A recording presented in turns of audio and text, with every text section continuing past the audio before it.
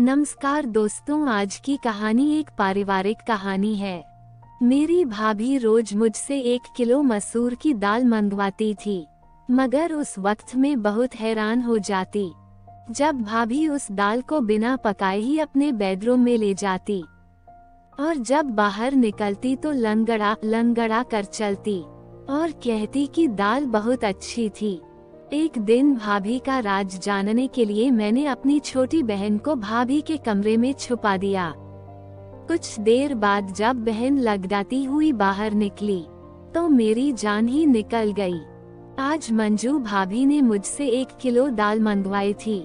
मैं जैसे ही वह दाल लेकर घर पहुंची तो भाभी ने थैला मुझसे ले लिया और अपने कमरे में चली गई। मैं हक्का बक्का से रह गई थी कि भाभी को क्या हुआ। अभी आधा घंटा ही हुआ कि मेरे भाई ऑफिस से जल्दी घर आ गए थे। उनकी तबीयत खराब थी और मैं अपने कमरे में ही बैठी थी। भाई को देखकर मैं जल्दी से उठकर उनके पास आ गई थी।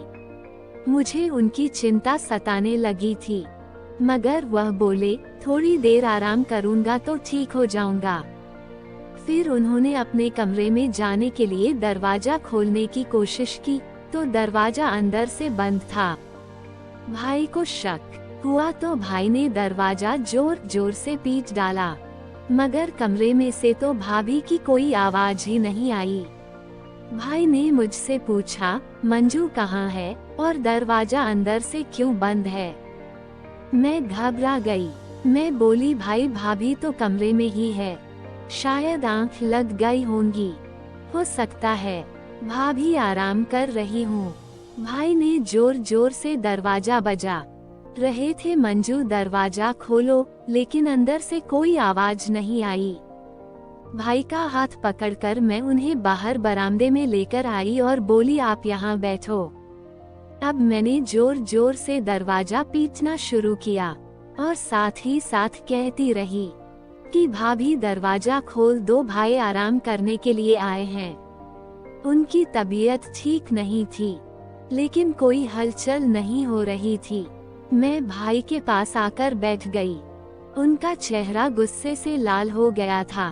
मैंने भाई से कहा, आप मेरे कमरे में आराम कर लीजिए, हो सकता है भाभी सो गई हूँ, रीना भी तो सो ही रही है ना। भाई ने ना में सिर हिला दिया और मुझसे बोले कि तुम यहाँ से जाओ, तुम भी आराम कर लो। लेकिन मैं भाई के पास ही बैठी थी।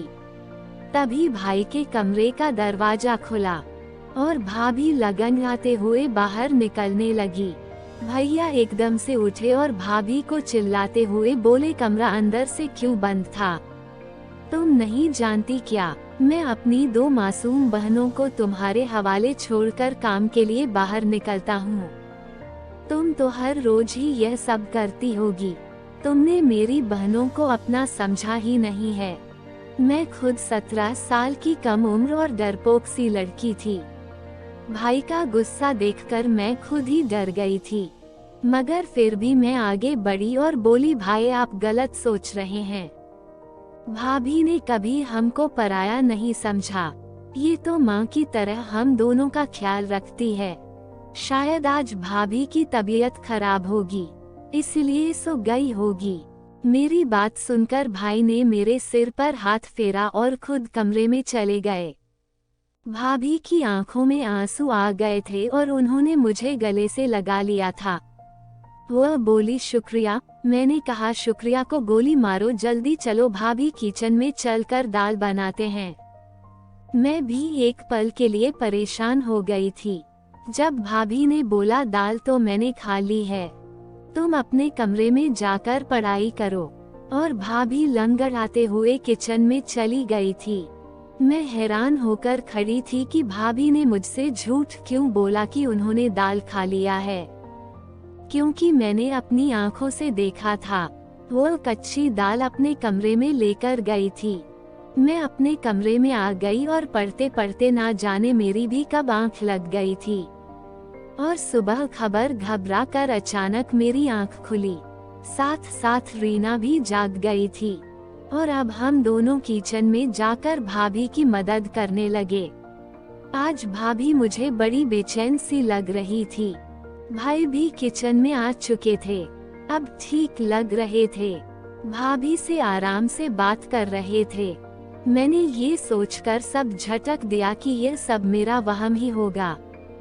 सुबह में जल्दी उठकर कॉलेज के लिए तैयार हो गई और भाई के साथ चली गई थी।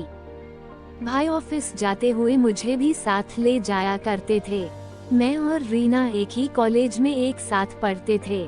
उसकी फर्स्ट ईयर एग्जाम हो चुके थे, इसलिए उसकी छुट्टियां चल रही थी, जबकि मैं सेकंड ईयर में थी और मेरे एग्जाम के लिए अभी 3 महीने बाकी थे। कॉलेज से घर आने के लिए मैं बस में सफर करती थी।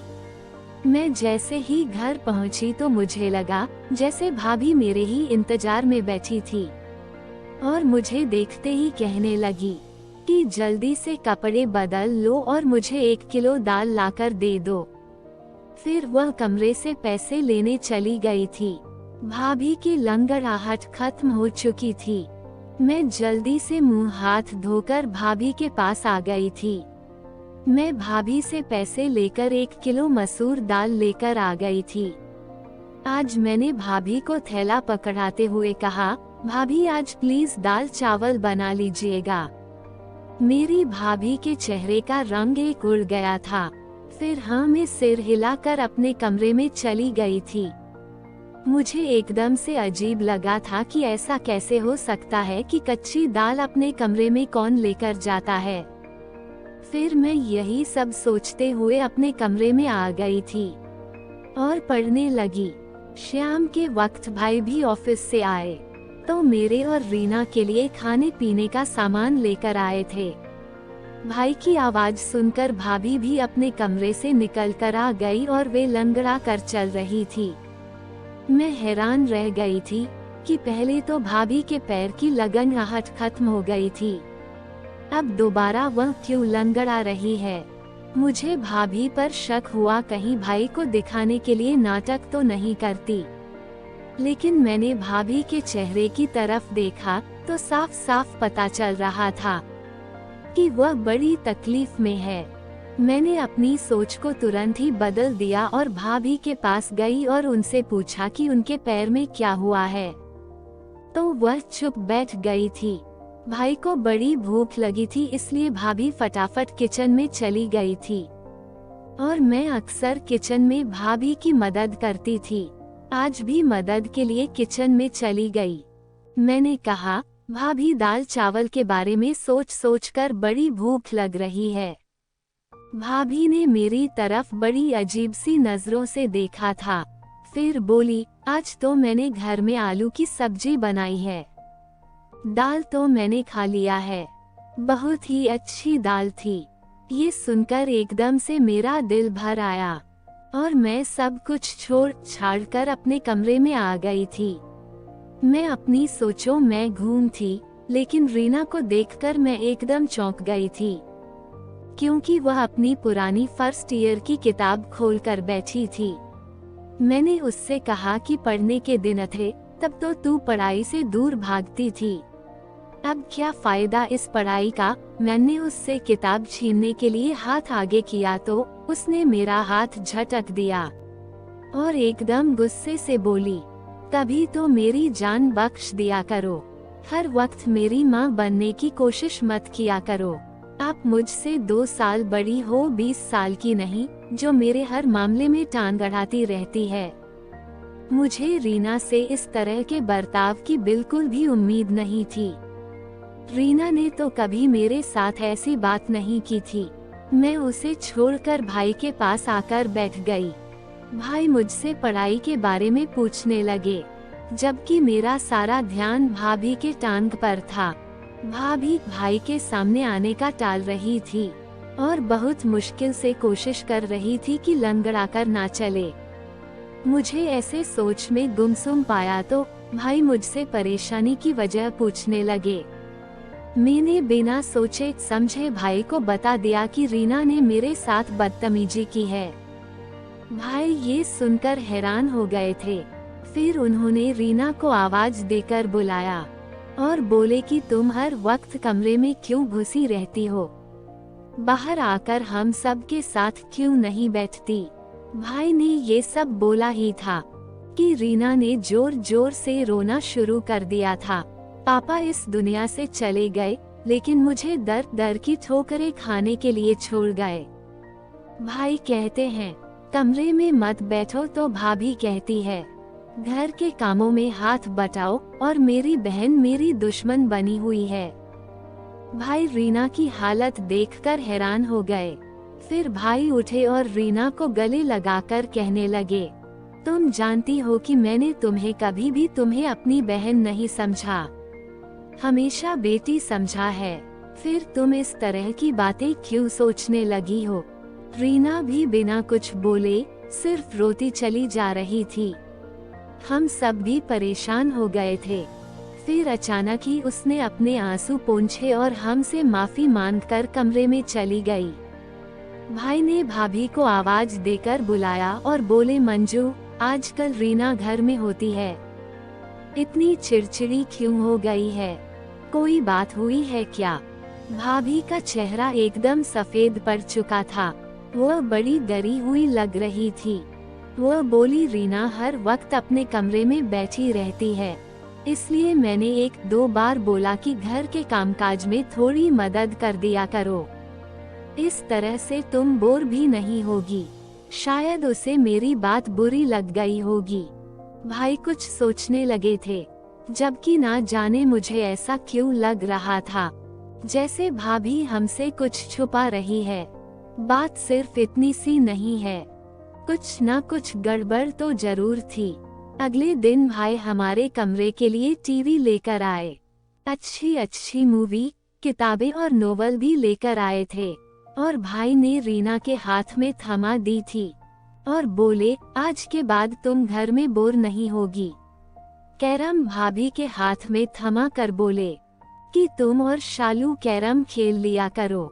ये देखकर भाभी भी मुस्कुरा गई थी। मैं जब कमरे में आई तो रीना मुझे बड़ी जोश में लग रही थी। वह बोली कि मैं तो सारा दिन फिल्म देखा करूंगी, तुम पढ़ाई में ध्यान लगाते रहना। मेरा भी दिल ललचा गया था। भाई रीना के लिए बच्चों वाली फिल्में भी लेकर आए। मैं देर रात तक जागकर पढ़ाई करती थी। एक दिन में पढ़ाई कर रही थी, तब मैंने भाभी को अपने कमरे से निकलते हुए देखा।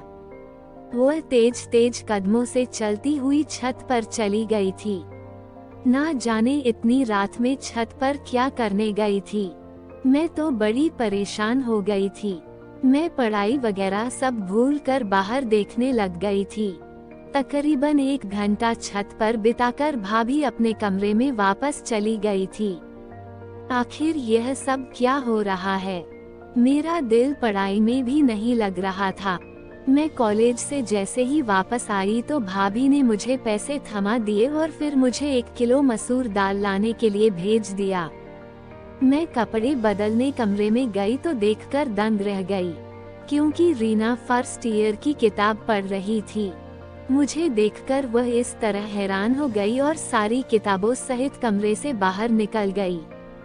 मैंने सोचा पहले भाभी की दाल ला देती हूँ, फिर रीना से बात करती हूँ। मैं दाल लेकर आई तो भाभी ने मुझसे थैला ले लिया और कोई भी बात किए बिना अपने कमरे में चली गई और अंदर से दरवाजा बंद करके कुंडी लगा दी। मैंने सब कुछ नजरअंदाज कर दिया और रीना की खबर लेने के लिए कमरे में गई तो वह बोली, शालू तुम भाभी को रोज रोज दाल लाकर मत दिया करो। ये बात सुनकर मैं हैरान हो गई।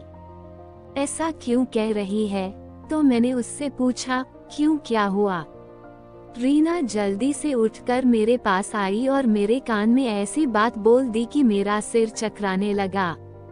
मैं निशा की बात तो झूठला भी नहीं सकती थी, क्योंकि वह सारा दिन घर में ही होती थी। उसे तो भाभी के हर काम की बराबर जानकारी होती थी। मैंने उसे मना लिया कि वो फिलहाल इस बार किसी से भी ना कहे, खुद इस मामले की तहकीकात करूंगी, फिर सच सामने आ जाने के बाद कुछ फैसला करेंगे। मैं पढ़ने बैठ गई थी, लेकिन पढ़ाई में मेरा दिल बिल्कुल भी नहीं लग रहा था। मैं रीना और भाभी की वजह से बहुत परेशान थी। ये दोनों ही बड़ी अजीब अजीब सी हरकत कर रही थी। मैं अपनी सोच में ही थी कि भाभी कमरे से बाहर निकल आई और लंगड़ाते हुए चल रही थी। मुझे दाल में कुछ काला लग रहा था। मैंने कहा, भाभी दाल कहाँ गई? भाभी बोली, दाल तो मैंने खा ली, बड़ी अच्छी थी। ये सुनकर मैं चुप हो गई। फिर भाभी लंगड़ाते हुए घर के काम में लग गई थी। अचानक भाभी ने मुझसे कहा, रीना कहाँ है? मैंने बताया कि वह छत पर गई है। ये सुनकर भाभी के चेहरे का रंग अचानक उड़ गया और वह लंगड़ाते हुए छत की तरफ जाने लगी। मैंने सिर झटक दिया और अपनी किताब उठा ली। ये दोनों तो पागल है, मुझे भी पागल कर देंगे। लेकिन मेरा पढ़ाई में मन नहीं लग रहा था। भाभी को छत पर गए हुए बहुत देर हो चुकी थी। मैं उन दोनों के पीछे छत पर चली गई। सीढ़ियों से चढ़ते हुए मैं भाभी की आवाज आसानी से सुन सकती थी कि वह रीना को बुरी तरह धमका रही थी। रीना के रोने की आवाज आ रही थी। मेरा दिल अपनी बहन के लिए टूट सा गया था। मैं जैसे ही छत पर पहुंची तो भाभी मुझे देखकर डर गई थी। उन्होंने निशा को गले लगाया और प्यार से बोली, कैरम नहीं खेलोगी? अपनी भाभी के साथ और मुस्कुराने की कोशिश कर रही थी। मैं देख रही थी। मैंने रीना का हाथ पकड़ा और खींचते हुए नीचे लेकर आ गई। उसे कमरे में लाकर मैंने पूछा, भाभी तुम्हें क्यों डांट रही थी? रिया घबरा गई और बोली, नहीं तो भाभी ने मुझे नहीं डांटा, वह तो बहुत प्यार करती हैं। मैं कुछ सोचकर चुप हो गई। मैंने कहा, रीना आज मुझे तुम्हारी मदद की जरूरत है। मैं भाभी का राज जानना चाहती हूँ। उस दिन तुमने मुझे जो बात बताई थी वह सिर्फ तुम्हारा वहम थी या सच्चाई, लेकिन मैं चाहती हूँ कि तुम मुझे असली सबूत लाकर दो। कल जब मैं भाभी को दाल दूंगी तो तुम उनके कमरे में छुप कर देखना कि वो कच्ची दाल कैसे खाती है और फिर लंगड़ा कर क्यों चलने लगती है। मेरी बात सुनकर रीना एकदम से मुस्कुरा गई थी। मैं तुम्हारा साथ दूंगी। अगले दिन कॉलेज से वापस आते समय मैं अपने दिमाग में सारा प्लान फिट करके आई थी। घर पहुंची तो भाभी को मेरा इंतजार करते पाया था। जल्दी से दाल लाकर दे दो। मैं अपने कमरे में चली गई और रीना को भी समझा दिया कि जैसे ही भाभी को आवाज देकर बाहर बुलाऊं तो तुम उनके कमरे में जाकर छुप जाना। उसने हाँ कह दिया था। मैंने भाभी को आवाज दी और कहा, भाभी दाल अब महंगी हो गई है, थोड़े पैसे और देने पड़ेंगे। भाभी मुस्कुराकर बोली, तो फिर क्या हुआ, मैं अभी लाकर देती हूँ। वैसे इतनी देर में रीना भाभी के कमरे में जाकर छुप गई थी। मैं दाल लेकर आ गई थी। भाभी ने खुशी खुशी वह दाल मुझसे ली और अपने कमरे में चली गई। मैं बाहर बरामदे में बेचैन होकर चक्कर पर चक्कर काट रही थी। लगभग 1 घंटे के बाद भाभी के कमरे का दरवाजा खुला और वे लगनगाते हुए कमरे के बाहर आ गई थी और किचन में चली गई थी। रीना भी उनके कमरे से बाहर निकलकर आई तो ये देखकर मैं दंग रह गई थी कि रीना भी आज लंगड़ा रही थी। मैंने रीना का हाथ पकड़ा और जल्दी से पूछा, बता मुझे क्या मालूम हुआ तुझे? वो बड़ी परेशान सी लग रही थी और बोली, मैंने तो तुम्हें पहले ही बता दिया था, भाभी हमसे छुप छुप कर घर से निकलती है, मगर तुमने मेरा यकीन ही नहीं किया था।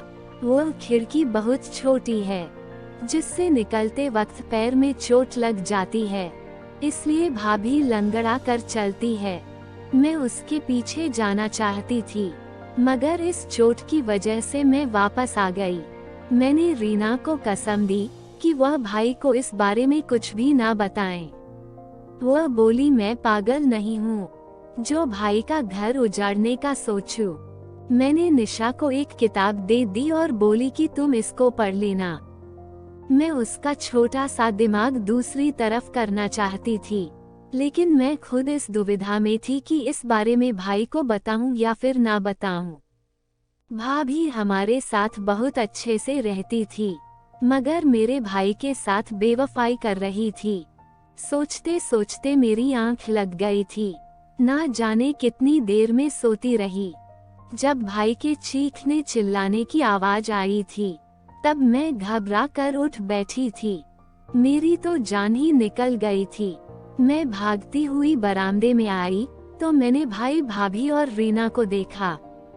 मुझे लगा रीना ने भाभी की हकीकत भाई को बता है, तभी तो वह हम पर गुस्सा कर रहे हैं। मुझे देखकर भाई गुस्से में बोले, शालू मैं तो तुम्हें बहुत होशियार समझाता हूँ, मगर तुम भी इसको नहीं संभाल पाई। भाई का इशारा रीना की तरफ था। मैं जल्दी से आगे बढ़ी और बोली, भाई क्या हुआ है? भाई की आंखों में आंसू आ गए थे। वो बोले कि तुम रीना से मुझे ये पता करके बता दो कि छत पर कौन था जो इससे मिलने आया था। मैं एकदम ही डर गई थी। मैंने जोर जोर से ना में सिर हिला दिया था। मैंने बोला, नहीं भैया, हमारी रीना ऐसी नहीं है, जरूर आपको कोई गलतफहमी हुई होगी। भाभी भी आगे बढ़कर बोली, आप बिना सबूत इतना गुस्सा ना करें, बच्ची है। भैया भाभी को बोल रहे थे कि मैंने शादी के पहले ही दिन तुम्हें बताया था। ये दोनों लड़कियां सिर्फ मेरी बहन ही नहीं बल्कि मैं इन्हें अपनी बेटियां भी समझता हूँ। तुम्हें माँ बनकर इनकी परवरिश करना है, इस तरह से पालन पोषण किया है तुमने इनका। मैंने रीना का हाथ पकड़ा और उसे अपने कमरे में ले गई। मैंने पूछा, तुम मुझे सब कुछ सच सच बता दो कि आखिर बात क्या हुई है। रीना रोते हुए बोली, भाभी चाहती हैं कि हम दोनों उनके पति का घर छोड़कर चली जाए, इसलिए वो ये सब करके हमें हमारे भाई के नजरों में गिर आना चाहती है। रीना की बातों ने तो मुझे अंदर तक हिला कर रख दिया था। मैं बोली, तुम फिक्र ना करो, हमारे लिए गड्ढा खोदने वाली खुद ही उसमें गिर जाएंगी। अगले दिन मैं भाई के साथ कॉलेज जाने लगी तो भाई बड़े खामोश बैठे। उनकी आंखों में गुस्सा दिख रहा था। मैंने भाई से कहा कि आज आप हाफ डे लेकर मुझे कॉलेज से लेने आ जाइए। मैं हकीकत आपके सामने रखना चाहती हूँ। भाई कुछ कहे बिना ही चले गए, मगर यह उनकी मेहरबानी थी कि वो मुझे लेने के लिए आ गए थे। मैंने उनसे कहा कि वह घर के बाहर ही रहें जब तक मैं इशारा करके उन्हें ना बुलाऊं। जैसे ही मैं घर में घुसी, भाभी ने मुझे दाल का ऑर्डर दे दिया या था। थोड़ी देर बाद मुंह हाथ धोकर मैं घर से बाहर निकली तो भैया आगे बढ़े और बोले, कहाँ जा रही हो? मैंने कहा, बस आप चुप रहो और देखते रहो, हकीकत आपके सामने आएगी। मैं दाल लेकर कर चली गई। भाभी ने थैला मेरे हाथ से लिया और कमरे में चली गई। मुझे इसी वक्त का इंतजार था। मैं जल्दी से घर के बाहर आई और भाई को अपने साथ लेकर गई। मैंने कहा, भाई आप अपने कमरे का दरवाजा खोलिए।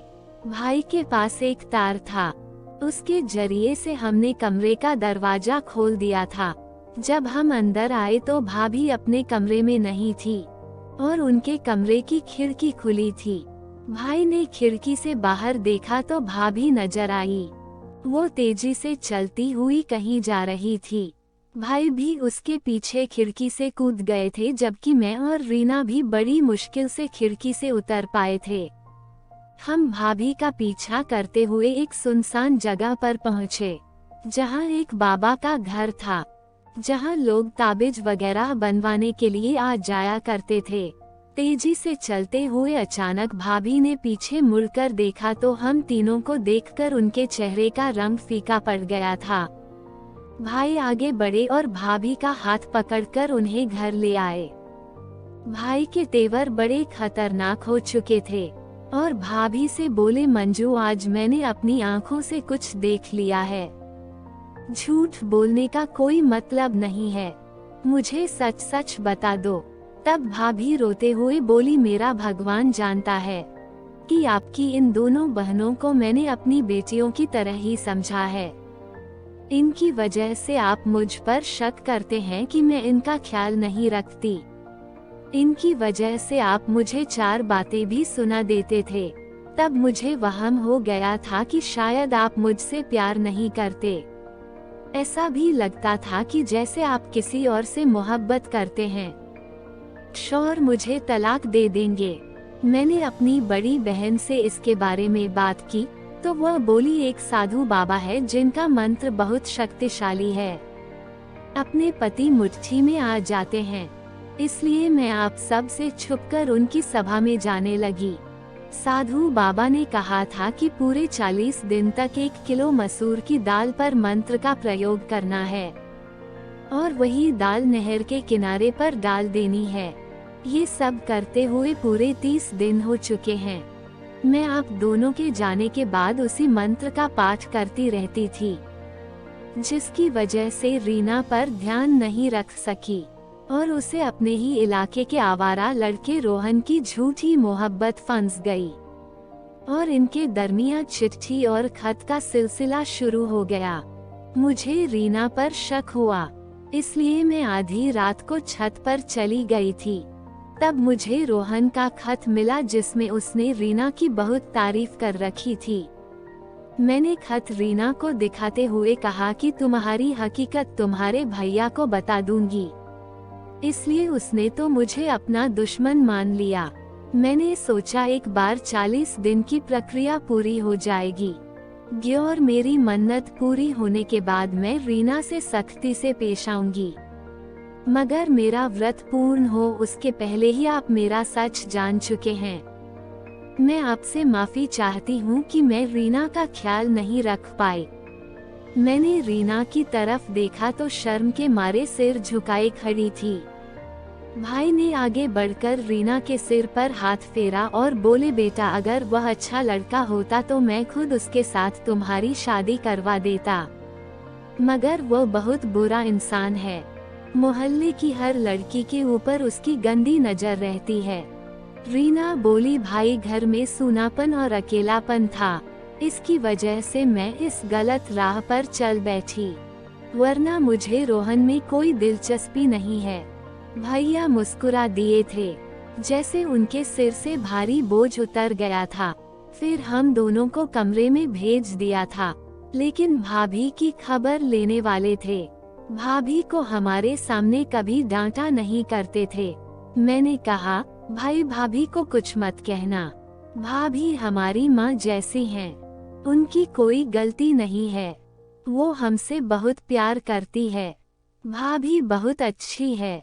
भाभी ने रोते हम दोनों बहनों को गले से लगा लिया था। एक बार फिर हमारे घर में प्यार का खुशनुमा माहौल बन चुका था। हम सब एक साथ बहुत खुश थे। एक बार फिर हमारे घर में खुशियां ही खुशियां थी।